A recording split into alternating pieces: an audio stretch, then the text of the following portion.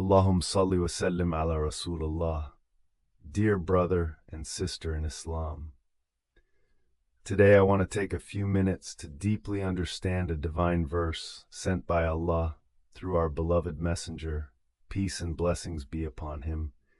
Please listen carefully, not just with your mind, but with your soul. Our journey through the depths of the Quran takes us today to Surah Al-Alaq, the 96th chapter of the Quran, specifically to verse 7.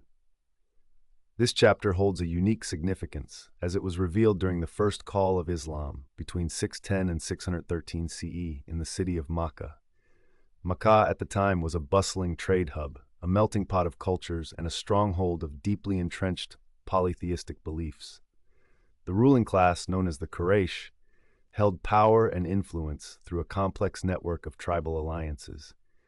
The early Muslim community was under intense persecution, and their faith was tested by the powerful elites of the Meccan society. The verses of this period are characterized by their urgent and powerful tone, reflecting the struggle between the humble believers and the arrogant disbelievers. One such disbeliever was Abu Jahl, a man of wealth and influence, who saw himself as self-sufficient and above the need for divine guidance. His arrogance was a symbol of the broader societal conflict, a mirror to the unjust social hierarchy that Islam sought to dismantle. In the midst of this struggle, a powerful message was revealed. Verse 7 of Surah Al-Alaq, which in Arabic reads, "En ra'ahu staghna," and translates to, "because he sees himself self-sufficient." This verse serves as a divine critique of self-sufficiency taken to the extreme. The Arabic word used here, istagna, originates from the root word gani, which means rich or self-sufficient.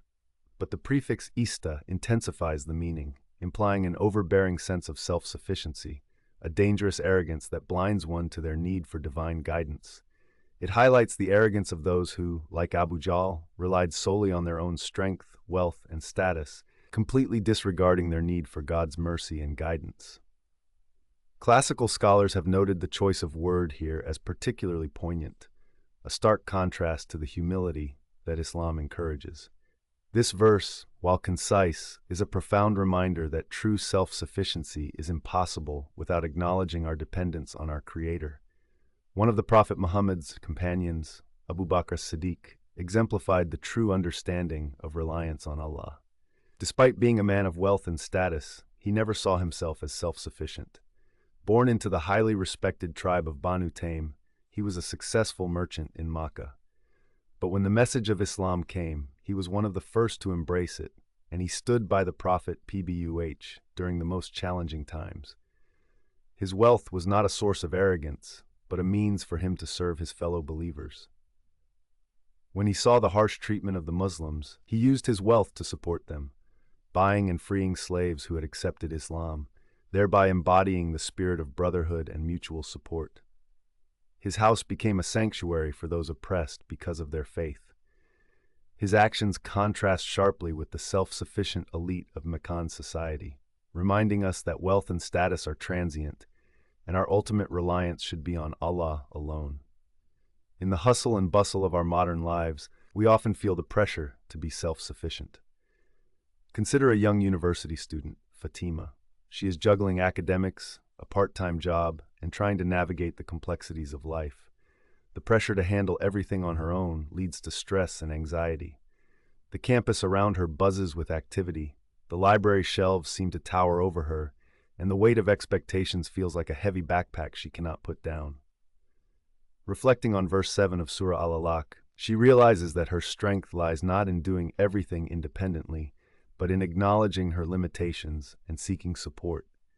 She reaches out to her professors, forms study groups with her peers, and most importantly, seeks divine assistance through prayer. She begins to feel a shift, a lightening of her load, as she learns to balance her responsibilities with the support of others.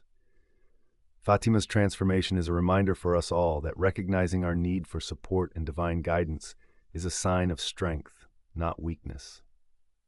May Allah help us truly understand these divine words and grant us the strength to implement them in our lives. Ameen. أقول قولي هذا وأستغفر الله لي ولكم.